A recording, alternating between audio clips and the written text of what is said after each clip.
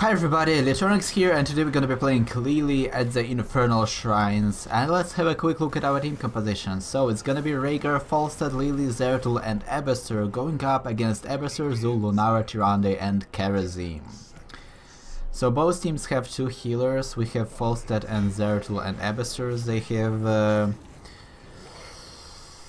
Okay, nobody has Liming, which is good. They have Lunara, so they have far better pokes than we do, but we have a far better assassination. So I will probably go for the dragon and maybe for the double. No, not the double dragon. Okay, let's go for the damage builds this game, like full on damage. It's gonna be fun. Maybe, probably going to be fun. Okay, there we go. Let's go with the Gale Force for the start. Just to increase that damage we are able to do to them. And good job team, good follow up there on Zeratul and Greymane killing off enemy Lunara. Let's try to heal them up now as much as possible. But yeah, this build will be focusing on damage, which you can do as Lily. Like Lily can do tons and tons of damage, simply because of how her abilities work. Like there are talents which increase your ability damage, and that allows you to do so much damage with all of the things you can do. So I used my Gale Force blinding wind there to blind enemies, which means like that allowed Rhaegar to survive. If I didn't land my blind there when I did, Rhaegar would have died, would have easily died there, simply because they would do so much damage to him under the stun, under the vulnerability effect. It would have done so much damage to him, but we mitigated it. So let's kill Tyrande there. We are able to blind Lunara, so she doesn't have that much of trading potential she could have otherwise, so that helps. But let's use our Cloud Serpent here. He will just help us slightly with this camp. How is Zeratul doing there versus Zul? It's not really a matchup. Zeratul usually wins, but hey, I will heal you if you come to me. Yeah, there we go, landing all of those healing brews and healing my teammates. So for this tier, let's go with Mass Vortex. This will allow you to scale your damage on. No man, like you really need to just let me heal you instead. Well, we need only 7. We need only 7 of these guys here, and we'll be able to get the Punisher, but I don't think it's gonna happen. I don't think it's gonna happen.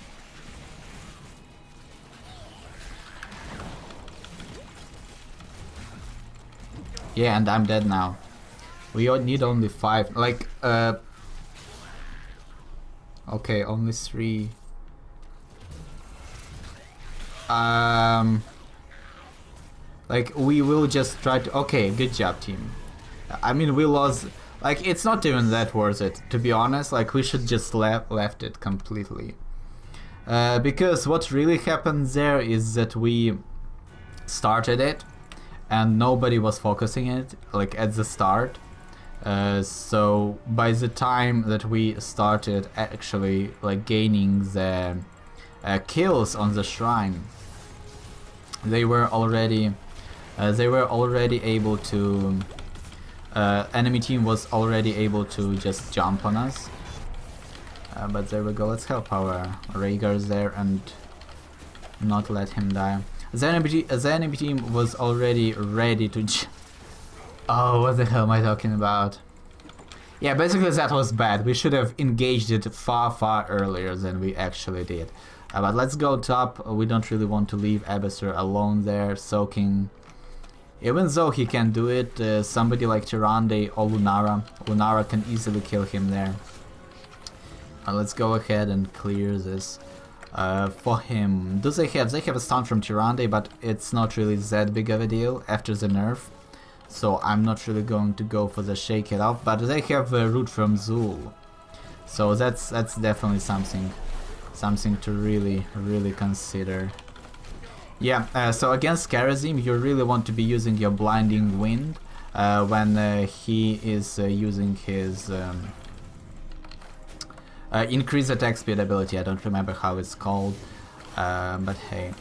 So I will actually probably go for the Shake It Off, but not for the stun, for the root. For the root from Zul. That will be my concern. There we go, we were able to blind him, which means he wasn't able to heal himself and get poked by us at the same time. Okay, get out of there. Get out of there, Zeratul.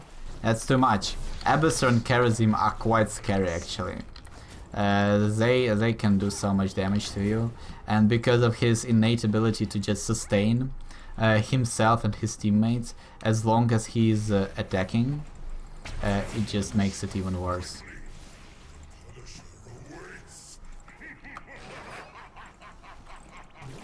Let's go heal up Zeratul there a little bit.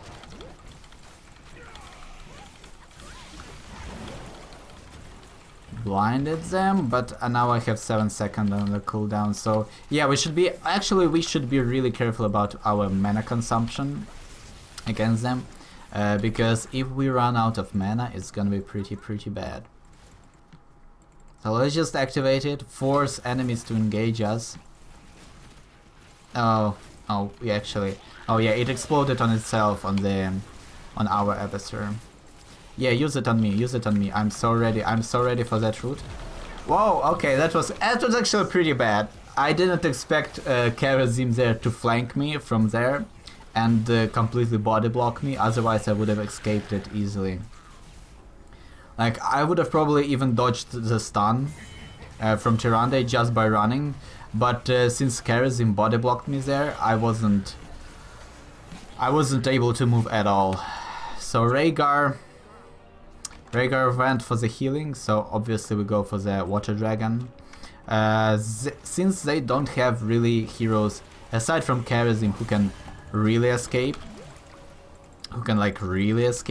we'll be able to lock down some good kills on like enemy Tyrande or enemy Zul. There's gonna be some really great.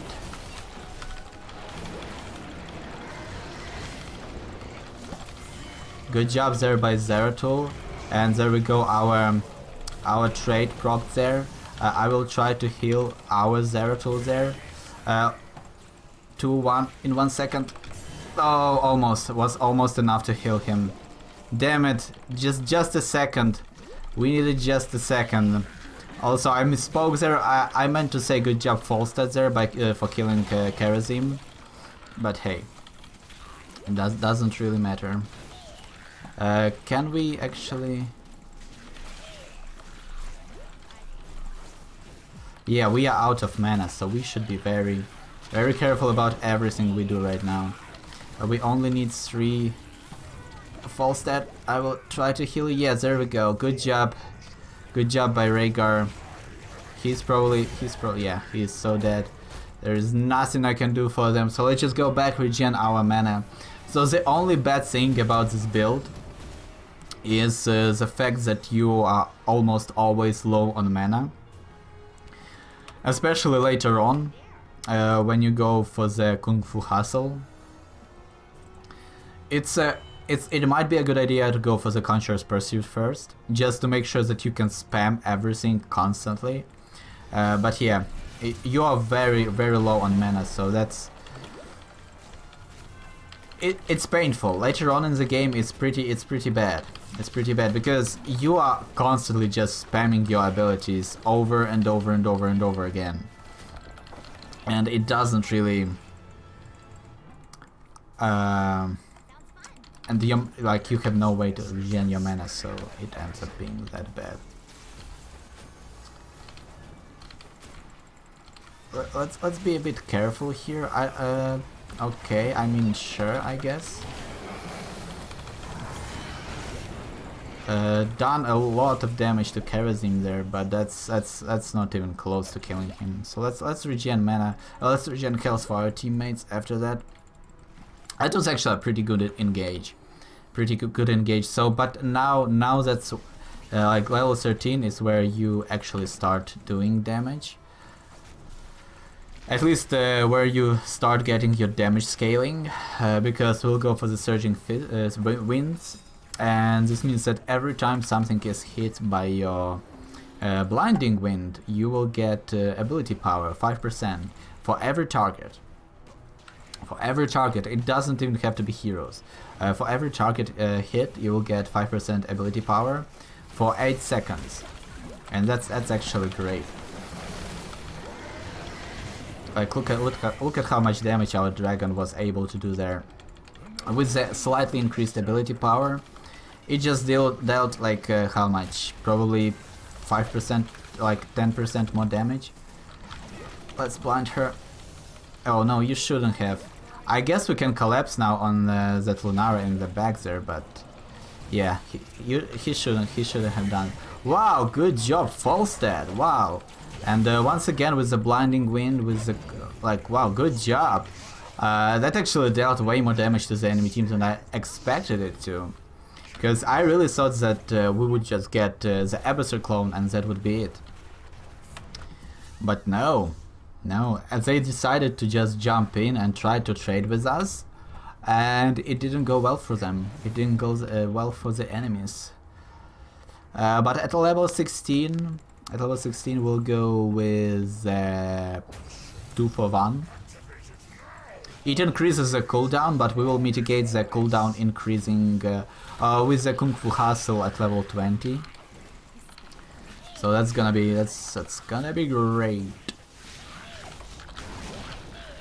But yeah, that's the other reason why we picked Mass Vortex, is that it allows us to get 20% of ability power every time we cast Blinding Wind rather than just 10%, and that's just great. Can we? Yeah, let's just stick to our Punisher. Together with the Punisher, now at level 15, we are able to easily get kills, and just like that, we win. Okay, maybe not like that. Damn it, Rhaegar. For some reason Zeratul didn't go in. I really expected Zeratul to just jump in on Lunara there and kill her, and if he did that, I would have been alive. Also, if Rhaegar landed his heal on me, I would have been alive. Like, he used it completely incorrectly, because he used it when I was dying. You never want to use your healing as Greymane, like as Rhaegar. Why do I keep messing it up? You never want to use your ultimate as Rhaegar when the target is about to die. That's actually a very bad idea, because it's very easy to counter that playstyle. The enemy team just needs to save up their skill shots, their executions, for when you're about to die, rather than just use them to get you to low health. So that's not great. Also, yeah, I really don't understand why Zeratul didn't go in there. He should have just jumped in on Lunara there. We could have easily killed her, and then the enemies would just collapse one by one. But hey. So let's finally pick our 2 for 1 healing trait, talent, and let's go from there. Yeah, also your healing brew actually heals minions, so you can keep mercenaries alive and push with them if you want to. That's kind of a good use. So right now we get this ability power, but it fades out before we can get our next cast of Blinding Wind. And the reason we pick Kung Fu Hustle is because it allows us to constantly have that ability power buff on us. Like every time we cast our Blinding Wind, we would be able to further increase the Blinding Wind's damage, and that's actually pretty great. But for that to happen, you kind of need to be hit always. So it's a trade-off. It's not a straight up like win. it's a trade-off. You trade your safety, kind of, for their... Wow, he has so many dashes.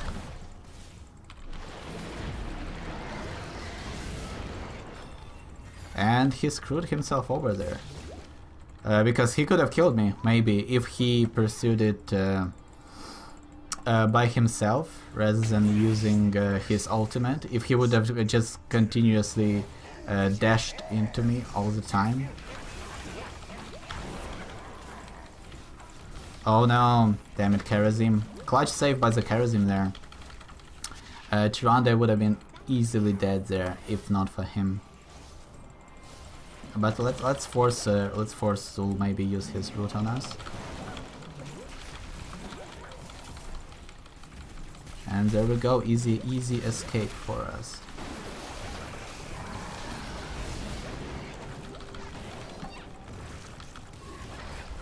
Can we continue this fight actually? Like, this is pretty cute. Like, we were able to do so much here. Just by poking them ever so slightly.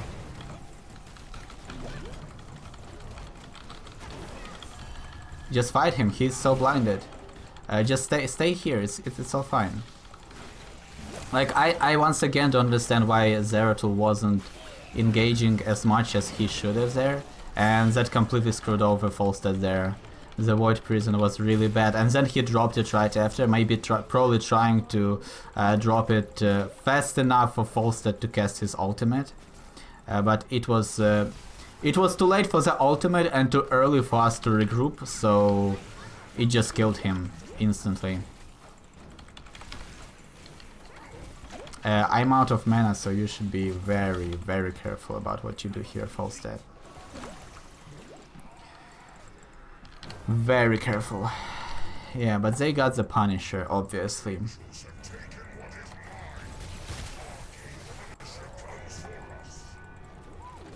Okay, yeah. Also this Shake It Off trait really helps with the Punisher. So that's also the other reason you would have picked it on this map, I guess. I believe also the ability power from our talent also increases the damage of your Cloud Serpent. I might be wrong about that, but it might be true. I don't know. I don't actually. I have no idea. But I like to believe that it does, because it makes this build so much better, you know.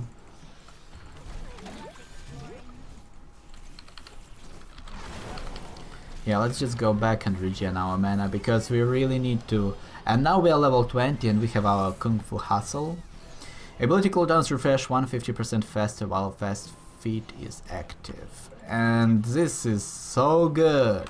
Like, as long as you take some damage, and since they have Lunara, I assume that I would always be poisoned, so I would always have my Fast Feet active there.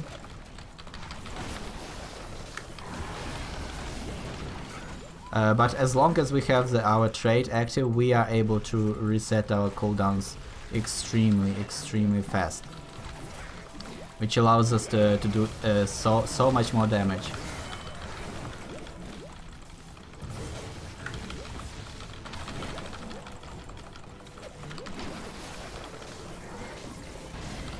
Like, look at that! Look at how much damage we are able to do them. Look at all of this good stuff that just happened here.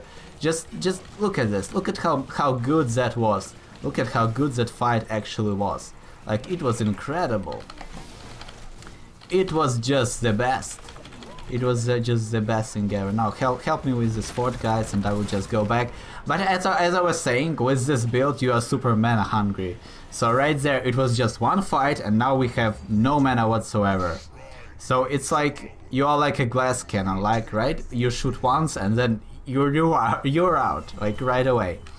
So you should be very careful about that. Very careful about your mana usage, right? You really need to keep an eye on your mana bar, because like you can cast abilities so fast that it's pretty scary actually. Also on this map, this build is also pretty great because of the shrines. Like, you are, like, since you are constantly attacked by these minions, you have your blinding wind constantly up, and you just can spam it all over the place.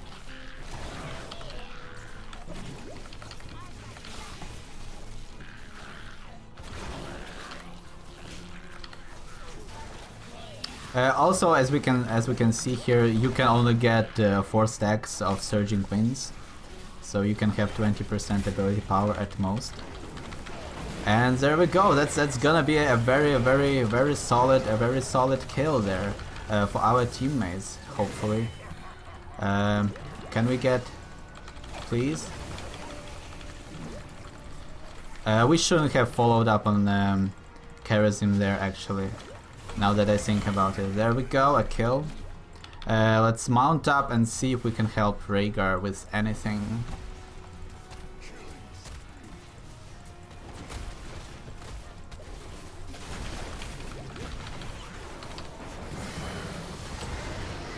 Wasted our dragon, but hey, it's all fun. It's all good. We are just dominating them. Rhaegar. Oh, poor Rhaegar. Almost got the kill, Rhaegar. Just a little bit more and it would have been it. Yeah, but seems like will be the end of the game. I mean, a very solid game. As you can see, this build starts to work at level like 20.